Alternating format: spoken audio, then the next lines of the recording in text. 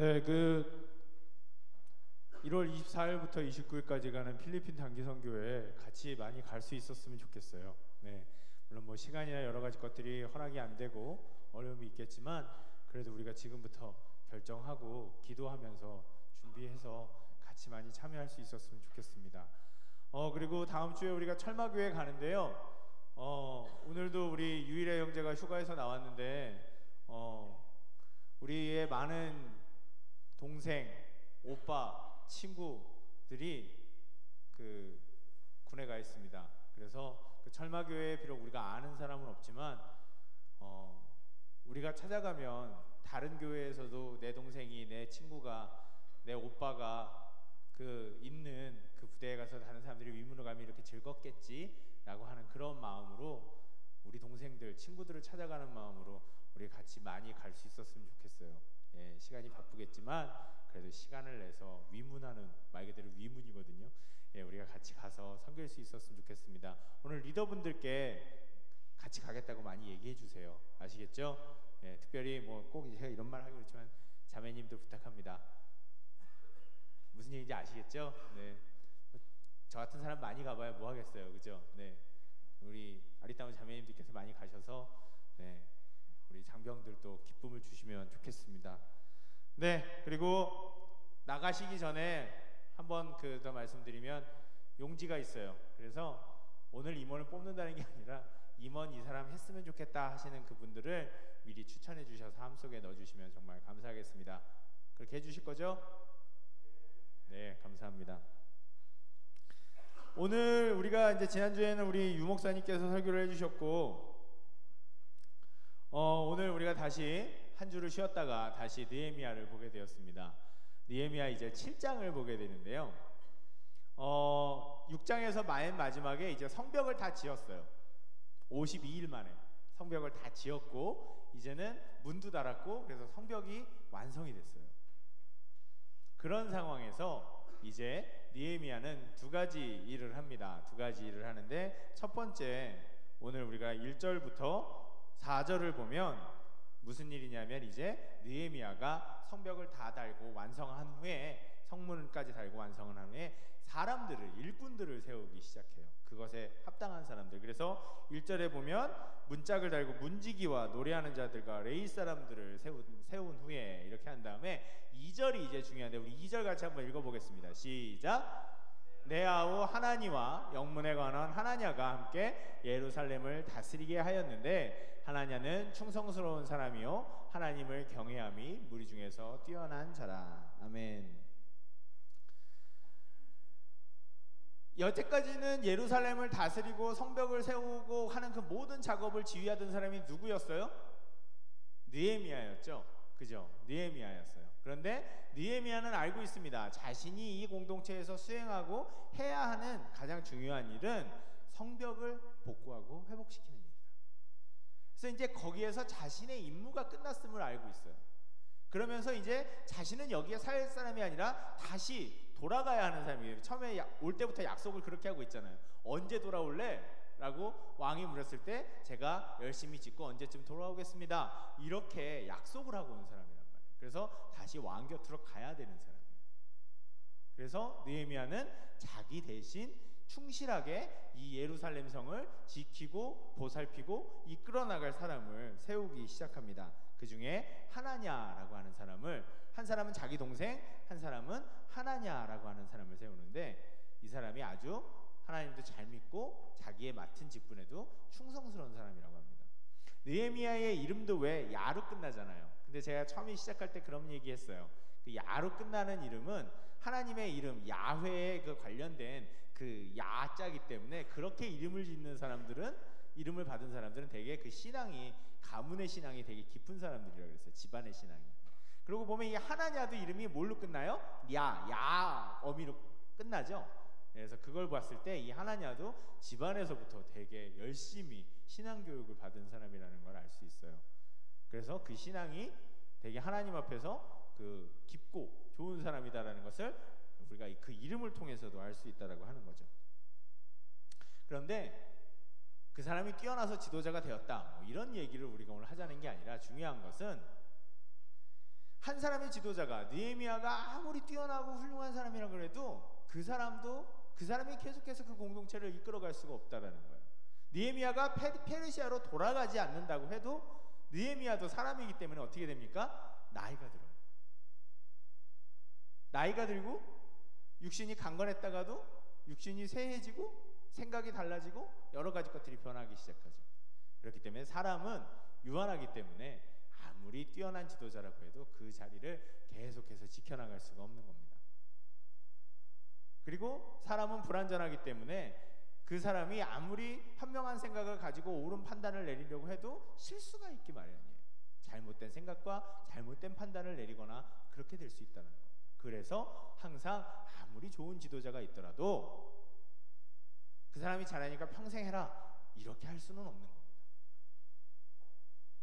그래서 공동체가 유지되어지고 올바르게 성장하기 위해서는 계속해서 새로운 일꾼들을 세워야 한다는 겁니다. 그래서 느헤미야는 아직도 자기가 무엇인가를 할 수 있고 더 잘할 수 있음에도, 그리고 많은 사람들이 아직도 느헤미야의 영향력을 바라고 있음에도 느헤미야는 과감하게 자신의 힘을, 권력을 내려놓습니다. 이제 성벽 지어서 살만해졌는데, 이제 성벽 지어서 공동체가 공동체다워졌는데, 오히려 이제부터 느헤미야는 그 다스리는 일들이 해볼만해졌는데 느헤미야는 그 순간에 그것을 내려놓습니다. 그리고 새로운 지도자를 세우고 있는 것이죠. 이렇게 생각할 수도 있어요. 한 사람이 잘하니까 그 잘하는 사람 계속 시켜. 나는 그 사람만큼 못해. 그러니까 그 사람 계속 시켜.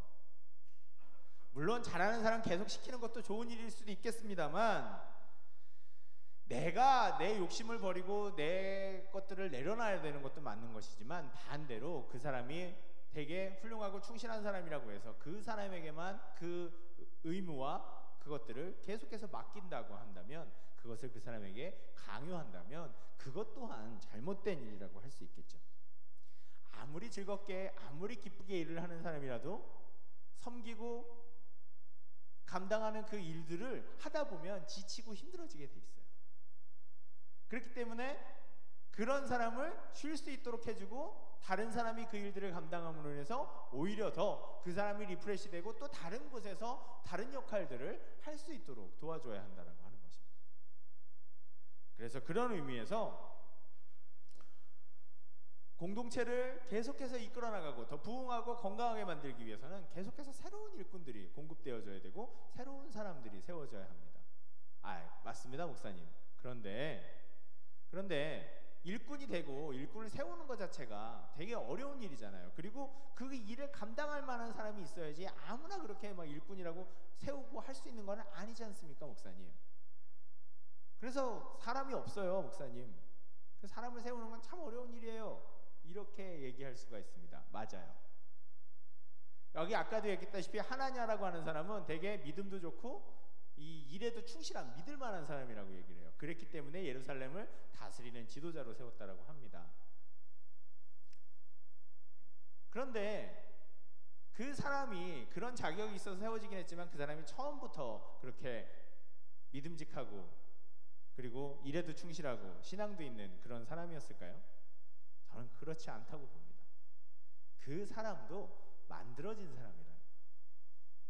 그 사람도 신앙이 얕았지만 깊어졌고, 그리고 어떤 일을 맡음에 있어서 책임감이라는 것도 처음부터 책임감이 있었다기보다는 그것이 만들어지고 교육되고 훈련되어진 거라고 볼 수 있다는 것이죠.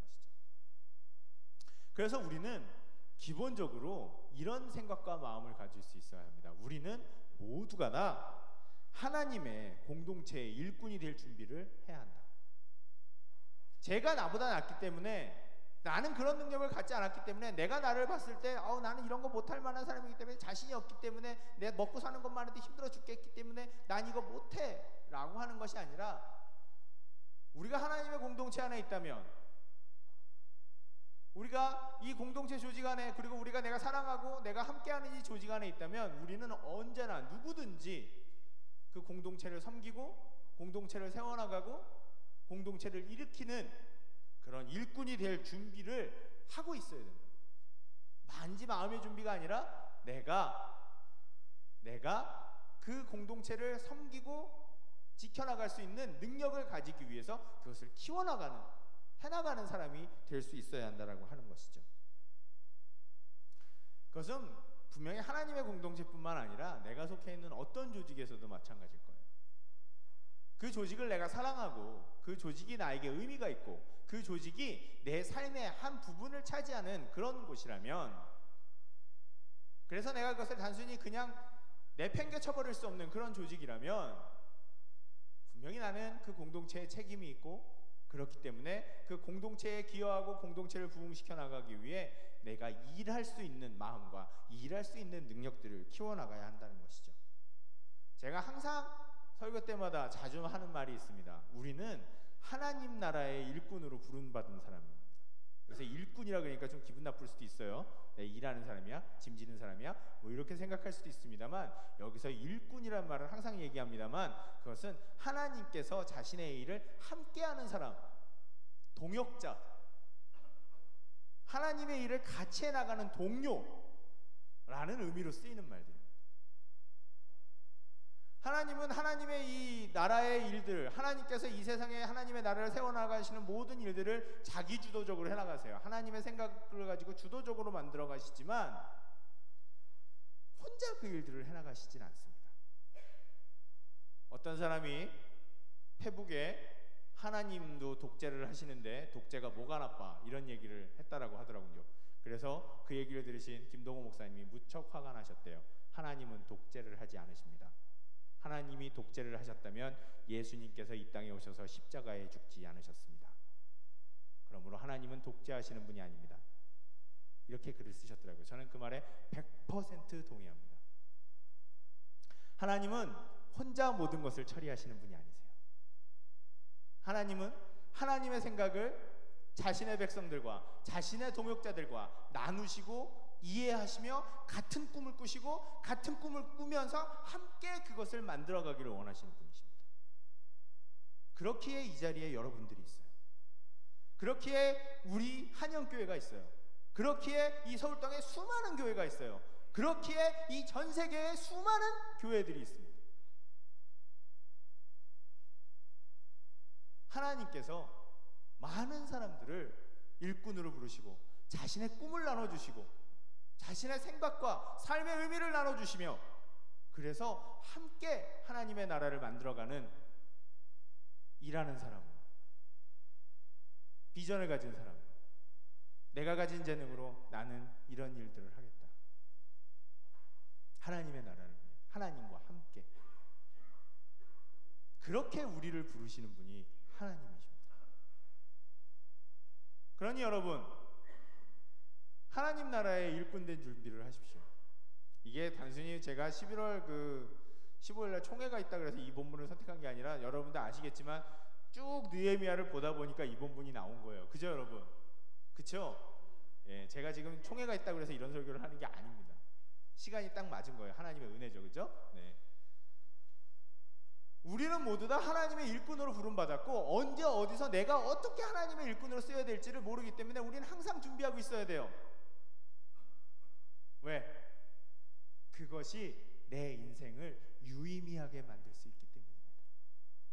아무도 나를 찾아주지 않는데, 아무도 나를 필요로 하지 않는데, 요즘에 잉여라는 말이 그래서 나오잖아요. 아무도 나를 사랑하지 않아, 아무도 나를 필요로 하지 않아, 난 아무에게도 중요한 존재가 아닌가 봐. 그래서 마음이 외롭고 허하죠. 그런데 하나님은 나를 그렇게 두시지 않는다라는 겁니다. 하나님은 나를 찾으시고 나를 하나님 나라의 일꾼으로 유의미하게 만들어주세요. 난 네가 필요하다. 난 너와 함께 하고 싶다. 난 너와 함께 내 꿈을 이루고 싶다. 불러주세요. 우리는 모두 다 부름받아서 이 자리에 와 있습니다. 그런 의미에서 두 번째 오늘 우리가 볼 이 부분이 상당히 중요한 부분인데요. 원래는 우리가 73절까지 다 읽어야 돼요. 근데 74절까지 다 읽으려고 그러다 보면 시간도 너무 오래 걸리고 우리 김수경 자매가 너무 힘들 것 같아서 제가 11절까지만 줄였습니다. 그럼 원래 73절도 읽어야 되는데 그냥 11절까지만 읽었어요. 근데 우리가 5절부터 73절을 우리가 쭉 보면, 오늘 집에 가서 한번 꼭 읽어보세요. 5절부터 73절은 다른 게 아니라 이제 제가 말씀드렸다시피 페르시아에서 이스라엘 사람들이 돌아올 때 1차, 2차, 3차의 포로 귀환이 있다고 그랬어요. 근데 느헤미야는 3차의 포로 귀환, 세 번째 돌아온 포로 귀환에 속했던 사람인데, 오늘 이 명단은 자기와 함께 돌아온 사람들이 아니라, 여기 5절을 같이 한번 보겠습니다. 읽어볼게요. 5절 한번 읽어보겠습니다. 시작. 내 하나님이 내 마음을 감동하사 귀족들과 민장들과 백성을 모아 그 계보대로 등록하게 하심으로 내가 처음으로 돌아온 자의 계보를 얻었는데 거기에 기록된 것을 보면, 이렇게 되어 있습니다. 그래서 이 명단의 가장 중요한 의미는 뭐냐면, 처음 돌아온 자들이 뭐냐면 1차 포로기한 때 돌아왔던 사람들, 제일 먼저 돌아왔던 사람들. 아니면 3차 귀환했는데 제일 먼저 돌아온 사람들의 명단이 필요해요? 그렇게 생각할 수 있죠. 그런데 이 제일 먼저 돌아온 사람들의 의미는 너무나도 깊습니다. 이스라엘이 망했죠. 여러분이 잘 모를 수도 있습니다만 이스라엘이 망해서 70년 동안 바벨론의 포로로 생활을 시작해서 결국 1차 귀환을 한다 그래도 70년이나 지난 후에 이스라엘 백성들이 자기네 땅으로 돌아온 거예요. 그래서 나라를 잃었다가 결국 찾게 되고, 고향 땅을 잃었다가 다시 찾게 되는 그런 과정을 겪게 되는 겁니다. 그런데 여기에는 다른 의미가 있어요. 그 사람들만 고향을 찾았고 그 사람들만 다시 돌아온 것이 아니라 하나님께서 자신의 백성들을 다시 되찾았다라고 하는 의미가 있는 것입니다. 어떻게 보면 이스라엘이 망하면서 하나님과 이스라엘 백성들의 관계는 끊어진 것처럼 보여요. 하나님이 자신의 백성들을 버려서 나라가 망한 것처럼 그렇게 느껴질 수 있습니다. 하지만 그게 아니라, 이스라엘 백성들과 하나님은 그 바로 시내산에서 너희는 내 백성이 되고 나는 너희의 하나님이 되겠다, 그러니 너희는 내 법을 지키고 내 말대로 살아라, 그렇게 하겠느냐라고 했을 때 이스라엘 백성들이 그렇게 하겠다라고 약속을 했다는 거죠. 그런데 그 뒤로 수많은 시간이 흐르면서 이스라엘 백성들은 그 약속을, 하나님과 한 약속을 지키지 않았어요. 자기들 마음대로 살았어요. 그래서 하나님은 그러지 마라 라고 수십 명의 사람, 수백 명의 사람, 수천 명의 사람들을 보내서 얘기하고 별 노력들을 했지만 결국 이스라엘 사람들은 돌아오지 않았어요. 그래서 하나님은 할 수 없이 이스라엘이라는 나라를 멸망시킵니다. 그래서 그렇게 해서라도 자신의 백성들을 다시 되찾고 싶었기 때문입니다. 아들이 잘못할 때, 딸이 잘못할 때 부모님은 야단을 칩니다. 그렇습니까, 여러분? 야단을 치고, 때로는 저는 기본적으로 어떤 형태로든지 애들을 때리는 걸 별로 좋아하지는 않습니다만 종아리를 때릴 때도 있고 다른 형태의 체벌을 가할 때도 있습니다.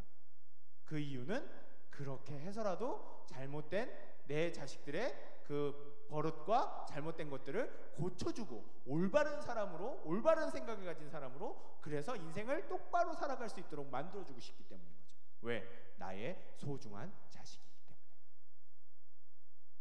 그렇게 해서라도 일시적으로 혼을 내고 야단을 치고 때리면 부모님과 자식의 관계는 소원해지고 불편해질 수 있습니다.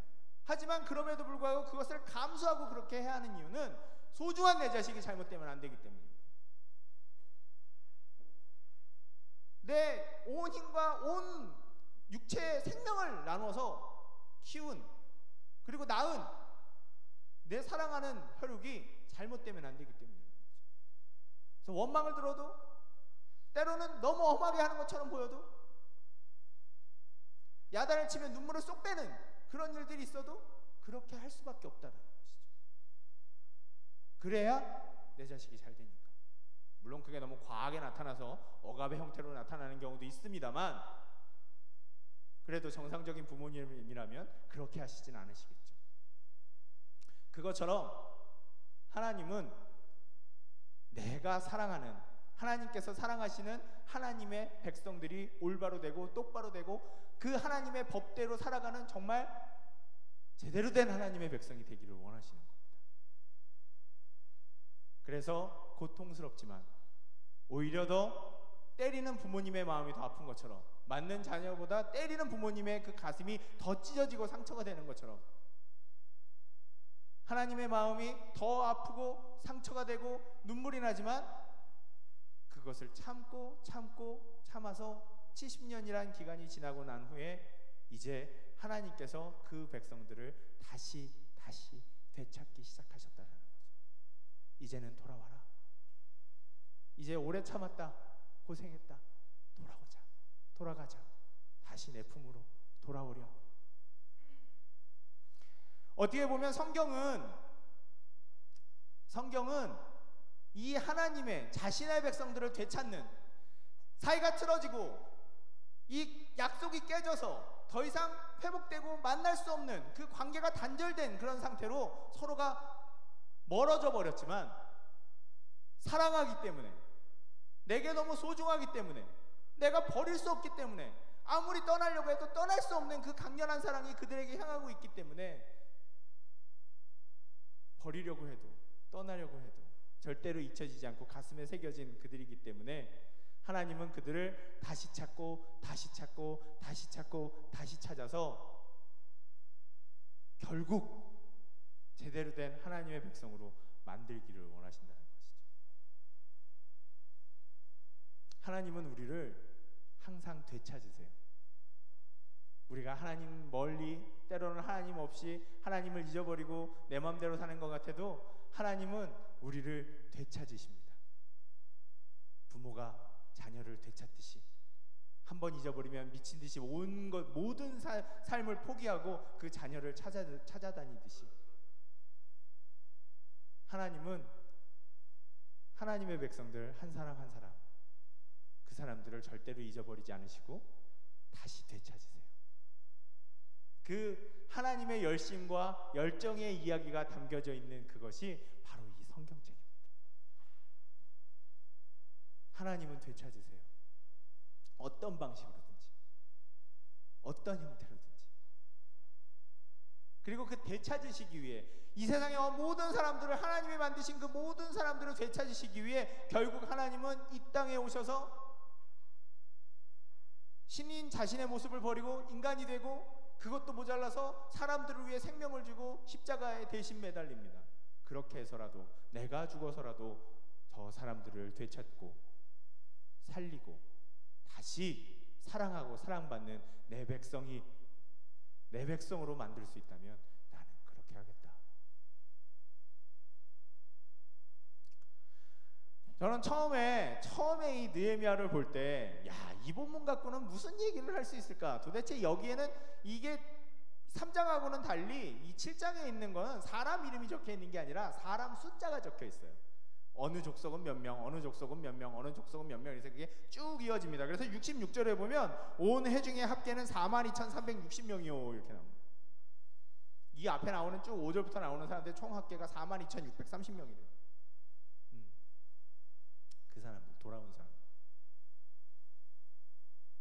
그 돌아온 사람들 하나하나의 숫자, 이 숫자가 도대체 무슨 의미가 있을까? 무슨 얘기를 할 수 있을까? 고민할 때 하나님께서 저에게 주신 그 마음은, 내가 애써서 찾은 사람들이다. 내가 온 힘을 기울여 되찾은 사람들이다. 내가 정말 열심히 준비하고 노력해서 내 모든 능력을 동원해서 되찾은 사람들이다. 얼마나 소중하냐, 얼마나 귀하냐, 난 너무너무 자랑스럽다.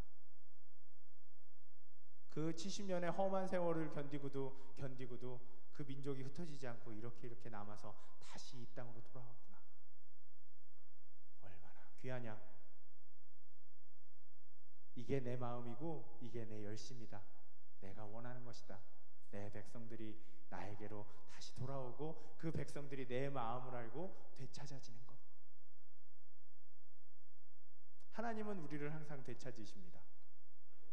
내가 비록 하나님 앞에서 멀리 떠나 있어도, 하나님을 잃어버리고 있어서, 그래서 내가 삶 속에서 좌절하고 낭망하고 고통에 빠졌고 내 삶에 무의미해졌고, 나는 아무도 사랑하는 사람이 없고, 나는 왜 이렇게 태어났을까, 내 삶의 환경은 왜 이렇게 될까라는 그런 마음과 여러 가지 인생의 좌절 때문에 고통받고 있을 때도 하나님은 나를 그냥 그대로 내버려 두지 않으시고 다시 하나님의 사랑 속으로 되찾으십니다. 다시 사랑하는 하나님의 마음 속으로, 하나님의 삶 속으로 우리 한 사람 한 사람을 되찾으세요. 그래서 여러분들이 이 자리에 있습니다. 그래서 하나님은 그 탕자의 비유처럼 집 나간 아들을 기다립니다. 날 싫다고, 다른 게 더 좋다고 떠나간 그 아들을 오매불망 기다리고, 그래서 그 아들이 되돌아왔을 때 아직 집에 오지도 않았는데 그 아들의 먼 콩알 같은 그 모습을 보면서 맨발로 뛰어나가서 그 아들을 끌어안습니다. 잘 돌아왔다. 이놈의 새끼야, 돈은 다 어떻게 했냐 그러고 귀싸대기를 때리는 게 아니라 잘 돌아왔다. 보고 싶었다. 여러분 기억하십시오. 기억하십시오. 내가 혼자고 나를 필요로 하는 사람은 아무도 없고 내 삶은 왜 그렇게 찌그러졌고 나는 왜 이거밖에 안 되고 그리고 왜 나를 위로해 주는 사람은 아무도 없을까? 이런 여러 가지 생각들이 들 때 나를 되찾으시는 하나님, 나를 되찾으시기 위해 나 한 사람이 하나님의 사랑을 알고 깨닫고 하나님의 사람으로 만들어지기 위해서 지금 수천 년간의 사람들을 통해서, 시간들을 통해서 복음을 흘려보내시고 교회를 세우셔서 지금 내가 예수를 믿게 하시는 그 하나님의 열심을, 지금도 내가 너를 나의 목숨을 다해 사랑한다.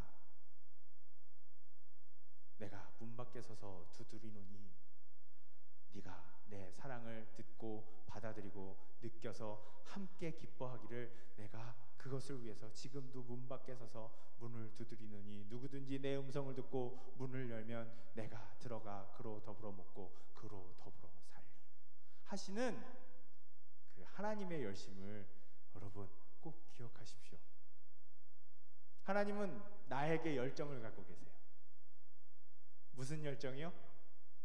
다시 하나님과 맺어지는 열정이요.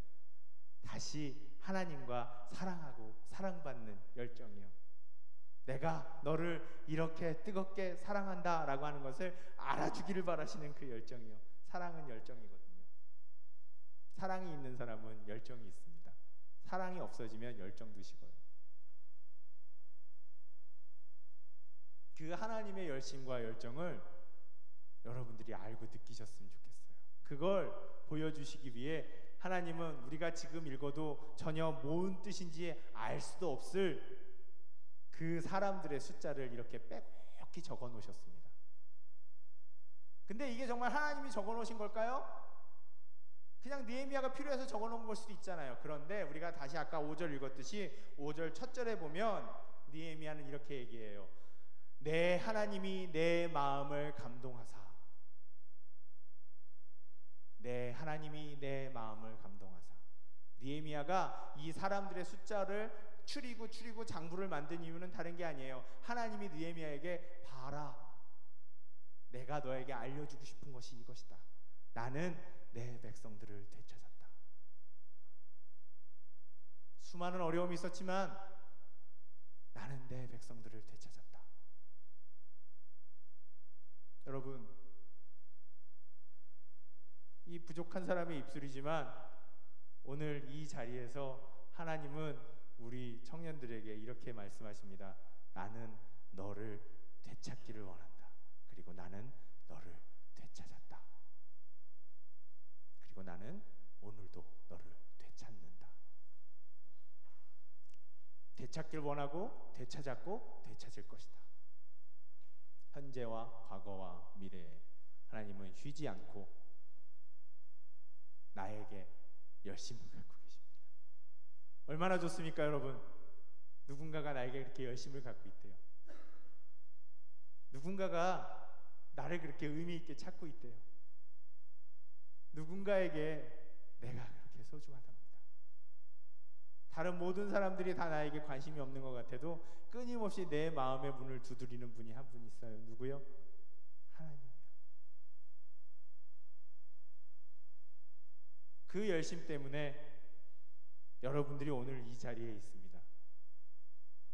그 열심을 느끼기 때문에 저는 목사가 됐는지도 모르겠습니다. 잘 못하고 있어서 좀 문제이긴 하지만, 그래도 하기 싫어질 때, 힘들어져서 그만두고 싶을 때 이 하나님의 열심이 다시 느껴집니다. 자신의 백성들을 되찾고 싶어 하시는 하나님의 열심, 다시 사랑하고 사랑받고 함께 기뻐하고 즐거워하고 싶은 그 마음. 하나님의 마음이 잘 안 느껴지신다 그러면 자식을 잃어버렸다고 생각해 보시고, 한번 자식을 잃어버린다는 것은 어떤 느낌일까 이렇게 한번 생각을 해보시고, 되게 아파요. 되게 아픕니다. 그리고 그 잃어버렸다면 그 자식을 되찾기 위해 얼마나 어떤 노력을 하게 될까.